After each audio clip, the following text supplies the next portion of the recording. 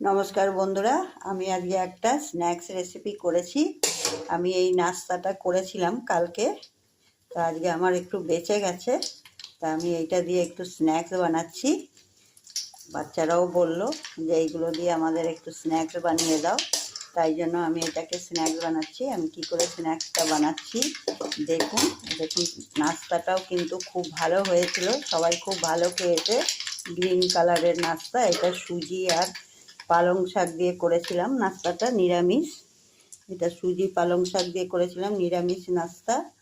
আর এর মধ্যে একটু ভেজিটেবিলও আছে, একটু গাজর আছে, একটু ধনে পাতা আছে, একটু লঙ্কা কুচানো আছে, নুন আছে, তারপরে একটু গোলমরিচ গুঁড়ো আছে। এগুলো দিয়ে আমি করেছিলাম, একটু জোয়ান দেওয়া আছে, এর মধ্যে সবই দেওয়া আছে। আমি এটা এখন স্ন্যাক্স বানাচ্ছি। এটাকে আমি এই কাঁচি দিয়ে 2 টুকরো করে কাটবো, কেটে তারপরে আমি আবার দেখাচ্ছি। দেখুন, আমি কাঁচি দিয়ে এগুলো সব 2 টুকরো করে কেটে নিয়েছি। কেটে নিয়ে এখন আমি এটাকে সাদা তেলে ফ্রাই করব।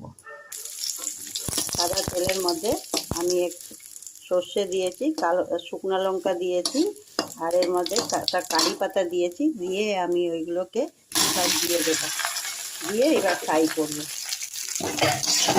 এখন আমি একটু ফ্রাই করছি, এটা ফ্রাই হয়ে গেছে। কিন্তু বানানো ছিল আপ্পাম প্যানে, ওই জন্য বেশিক্ষণ টাইম লাগবে না, হয়ে গেছে। আমি গ্যাস বন্ধ করে দেব। দেখুন বন্ধুরা, আমার এটা ফ্রাই হয়ে গেছে। এত সুন্দর এটা টেস্টি হয়েছে, না খেলে বুঝতে পারবেন না। আমি কিন্তু এগুলো মাঝে মাঝেই করি। এরকম কিছু টিফিন যদি আমার বেঁচে থাকে, আমি এটা স্ন্যাক্স হিসাবে আবার ব্যবহার করি।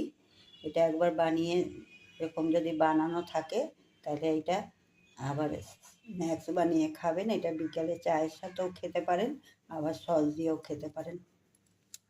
আমার ভিডিওটা শেষ করলাম। পছন্দ যদি হয় তাহলে সাবস্ক্রাইব, লাইক, কমেন্ট করবেন। আবার দেখা হবে সামনের ভিডিওতে।